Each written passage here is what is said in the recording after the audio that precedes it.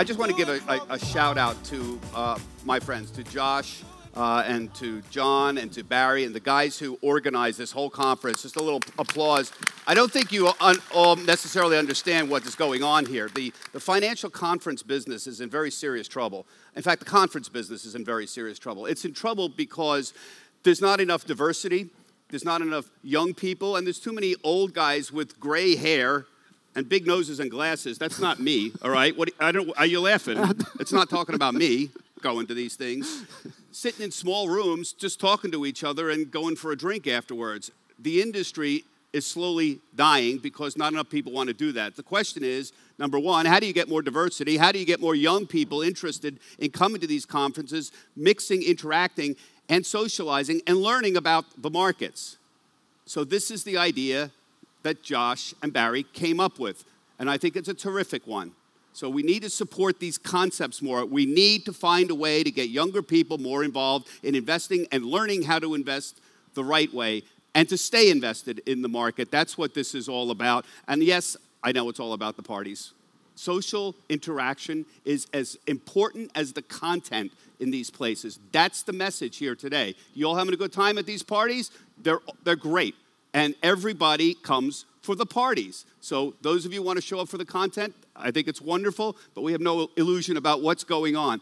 And if you do not know about this man, Morgan Housel, you should know about it.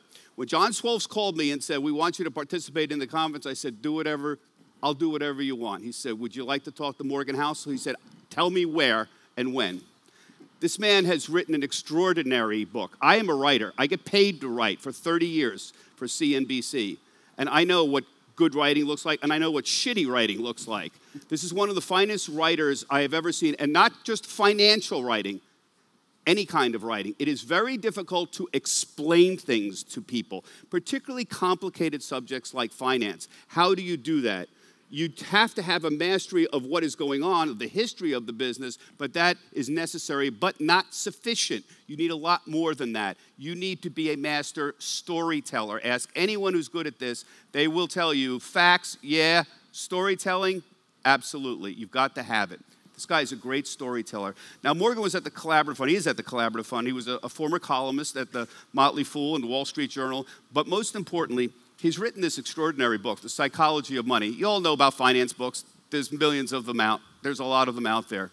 An average finance book bestseller right now would be 10,000 copies. The book publishing business is not a very lucrative business. The average, a financial bestseller, 10,000 copies. This book has sold 2 million copies.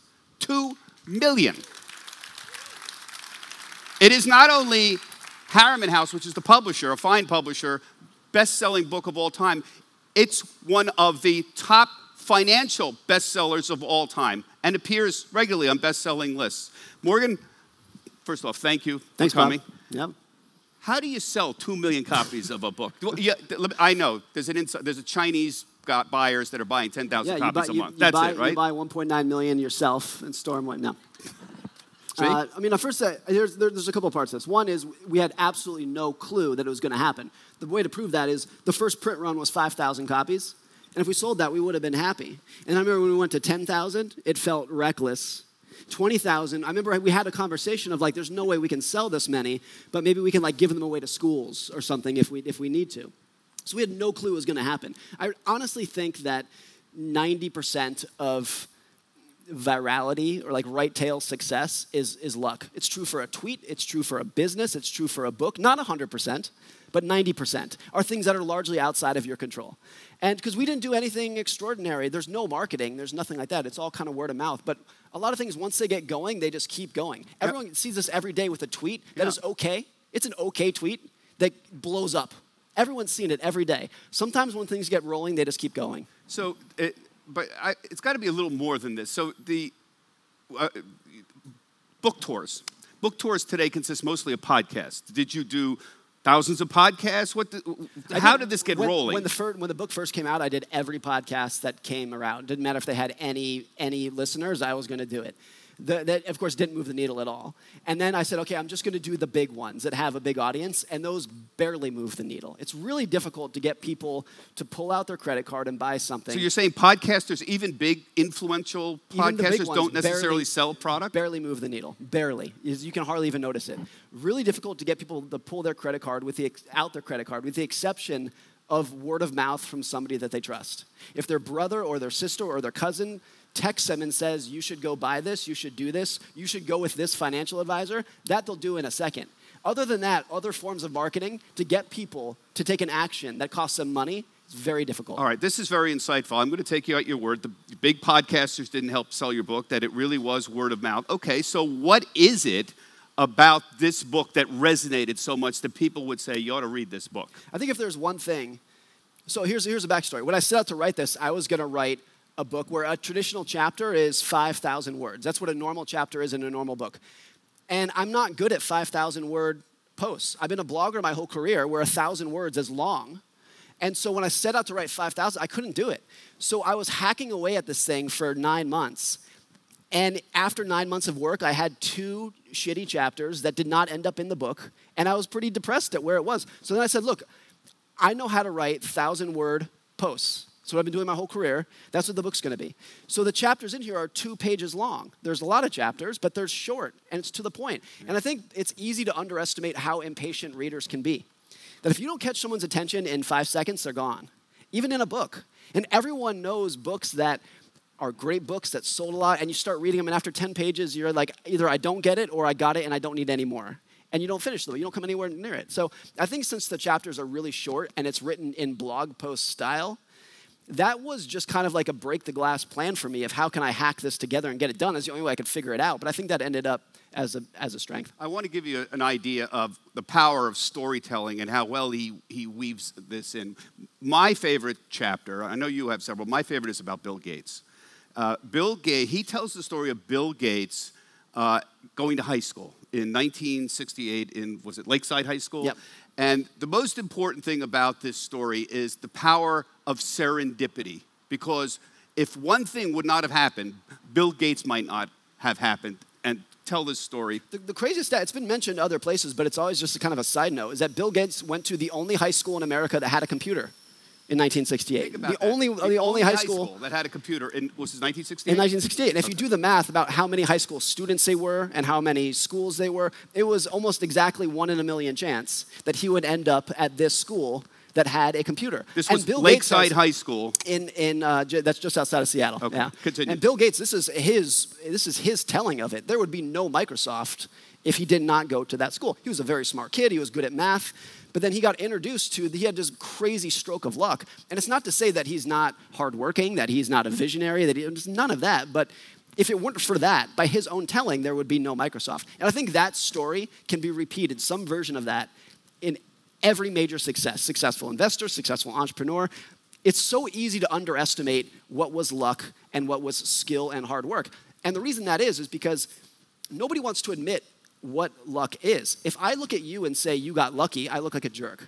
And if I look in the mirror and say I got lucky, that's hard for me to accept. So we just ignore luck, even if we know it's such a powerful force. So this is about the power of serendipity. Does this mean, it doesn't mean that life is just a matter of luck. You can make something of what was presented to you. Bill Gates did. He was lucky enough to have the computer, and he knew what to do, and he ran with it. Without that hard work, obviously, you need both of those things, that little bit of luck. So what's the advice here to everybody?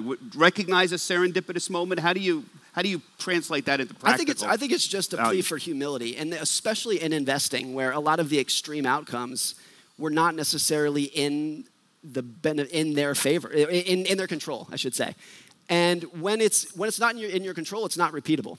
So if you have something where you're like, oh, I made a ton of money and therefore I am a genius and I can keep doing this, that's when people take too much risk and end up blowing themselves up, when they don't recognize how much of their career success or investing success was luck versus skill. You have a long chapter on Bernie Madoff. Now, we all know Bernie Madoff is the great villain of American finance, a Ponzi schemer, one of the great Ponzi schemers of all time, and he's been utterly vilified. Here's a good example of the power of storytelling. Take the story, Bernie Madoff is the greatest financial villain of all time, and turn it on its head. and say, do you really understand what Bernie Madoff, who he is and what he did? I'm one of the few people who did because I was around back then, and Bernie Madoff was actually a truly great, innovative guy in the financial space before he became a fraudster. And this is part of the sort of understanding, I guess the moral here is understanding what somebody's like. But explain Bernie Madoff. Yeah, so many years ago I was reading about Madoff. I think it was in Vanity Fair. And as like almost a footnote, they mentioned that if you go back to the 1980s, before his Ponzi scheme began, pre-Ponzi scheme Madoff was earning in some years $30 million a year from the legitimate side of his business. Not the fraud, just his real actual business as a market maker. He's earning $30 million a year. And what's astounding me about that is that despite that crazy success, he was legitimately one of the most successful businessmen in the world.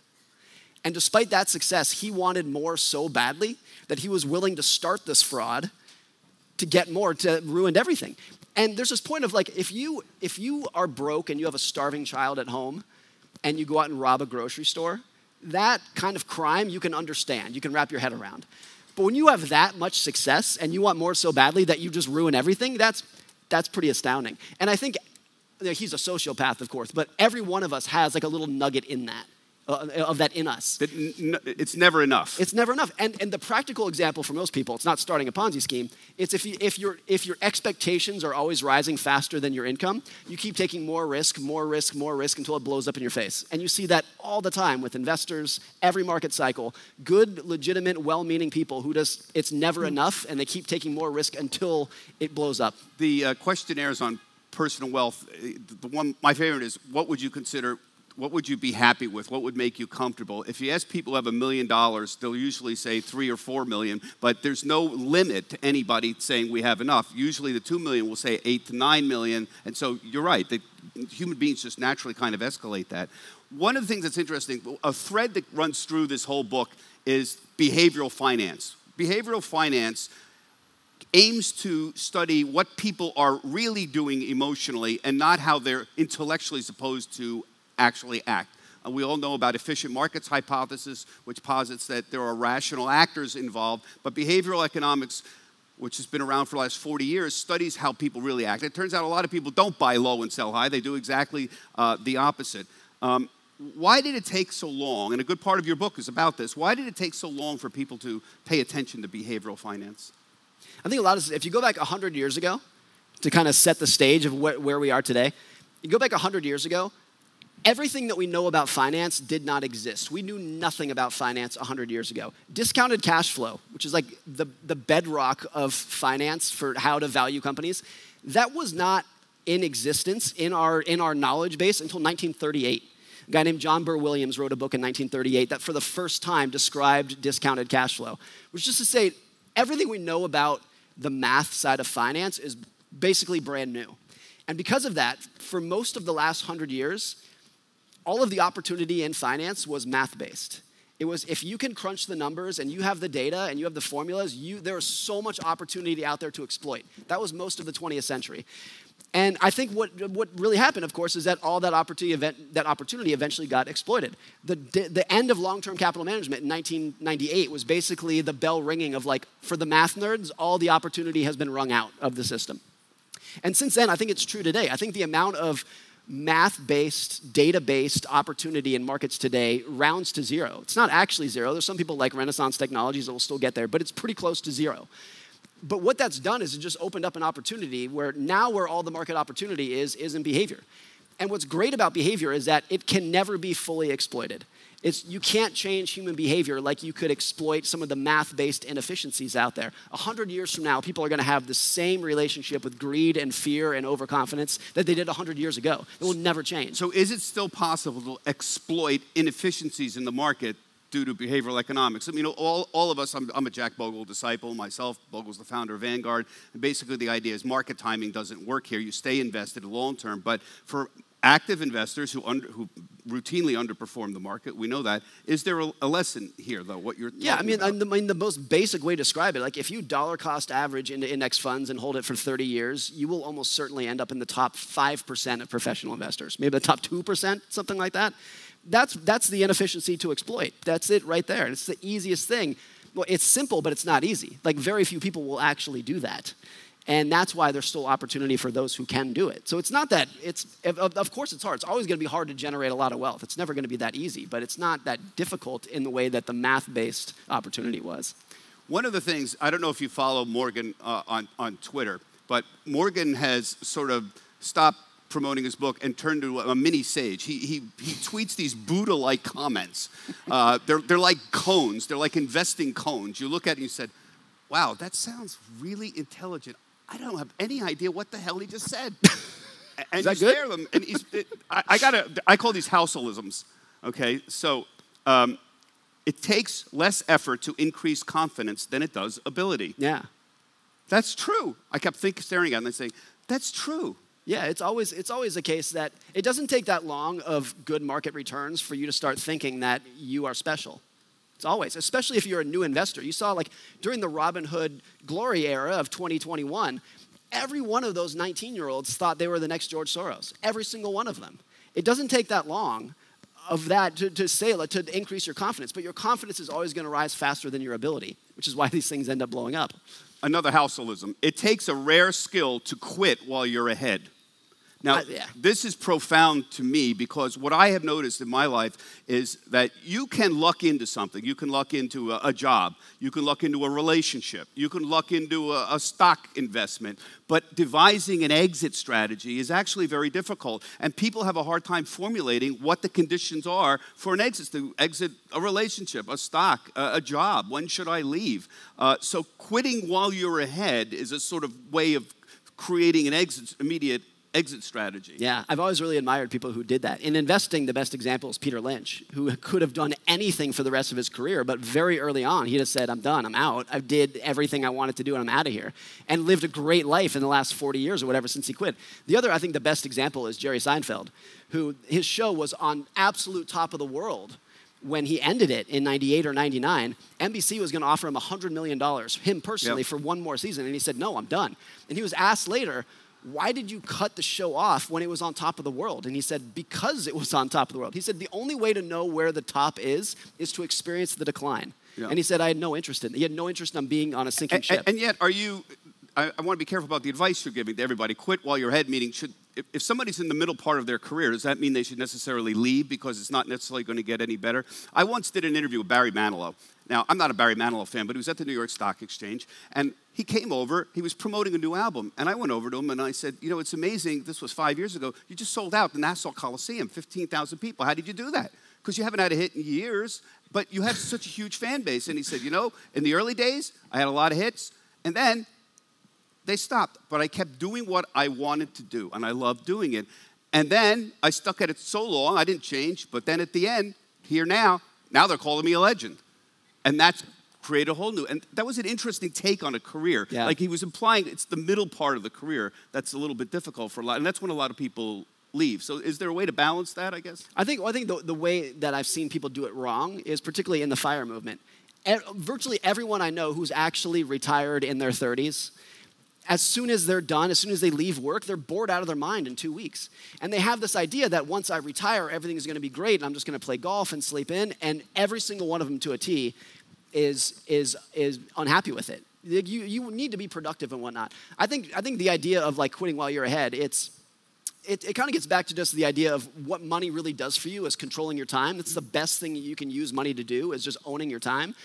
And having financial independence and owning your time does not mean that you're not going to work. It just means that you can do anything you want, but most days you want to wake up and say, I want to go to work today and do the best thing that I can do. That's really important. Another houseism. Few things in life are more persuasive than what you're paid to believe. Yeah.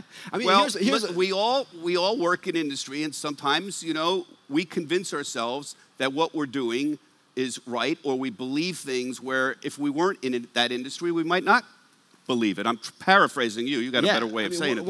One of my feelings about 2008 is that there was so much criticism of the greedy bankers who blew everything up, and rightly, fair criticism.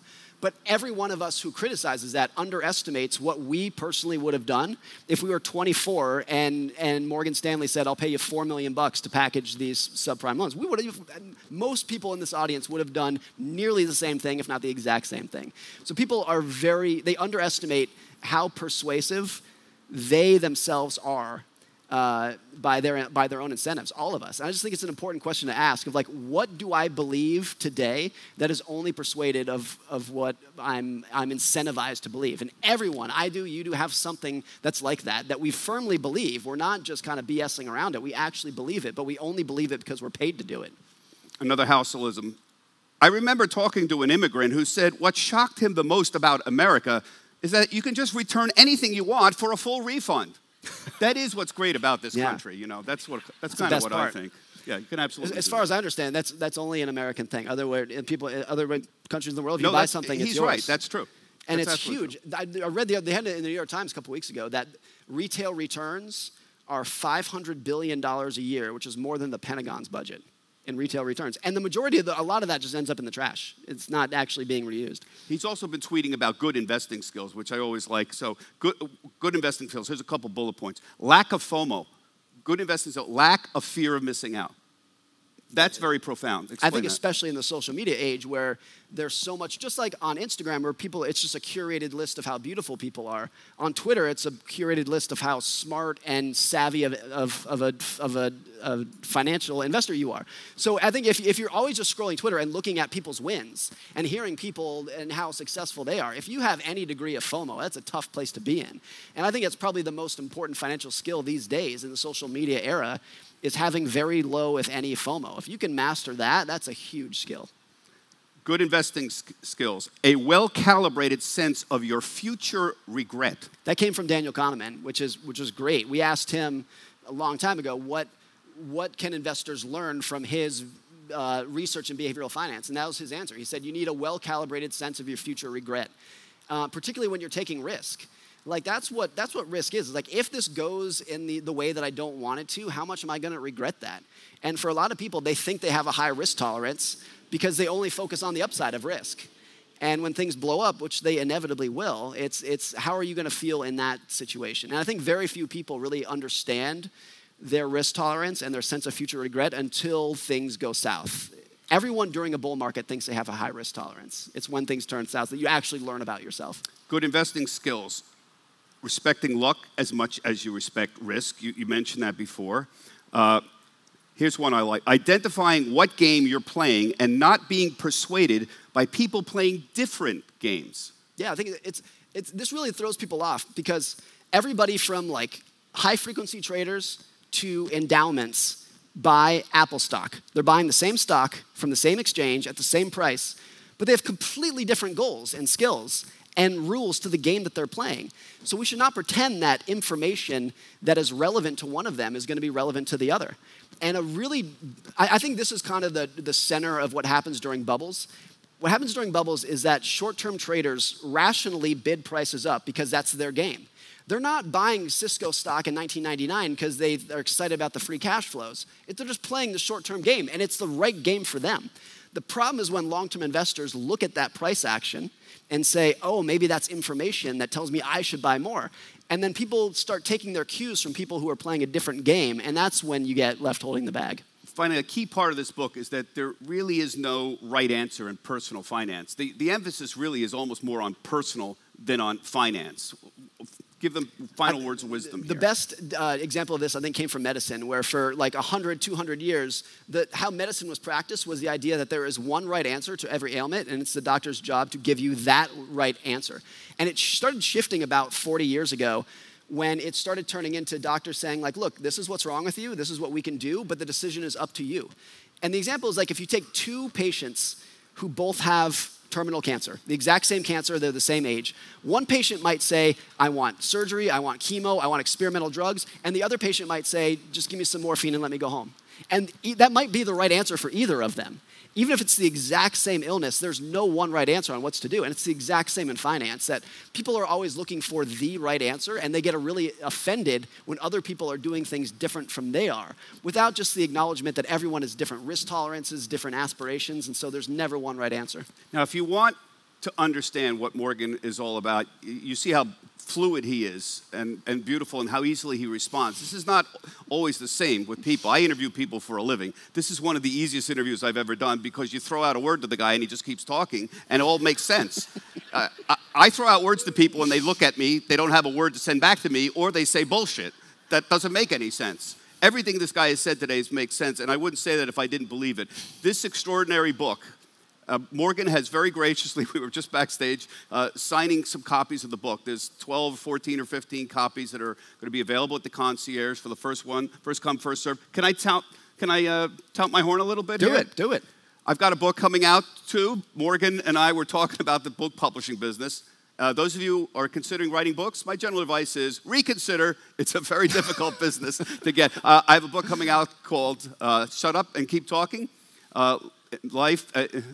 Investment advice on life and investing from the floor of the New York Stock Exchange. It's coming out October 18th. It's available on Amazon. If you want some other stories, maybe not as good as Morgan, about Robert Downey Jr. on the floor, or Barry Manilow, or Aretha Franklin, and what they told me about investing in their ideas. It's in the book. It's a little history of what I've learned being on the floor of the New York Stock Exchange for 25 years. A very privileged position to work at the NYSE, and very privileged to be at CNBC for 32 years. Everybody, thank you for coming, and please continue to support the whole organization.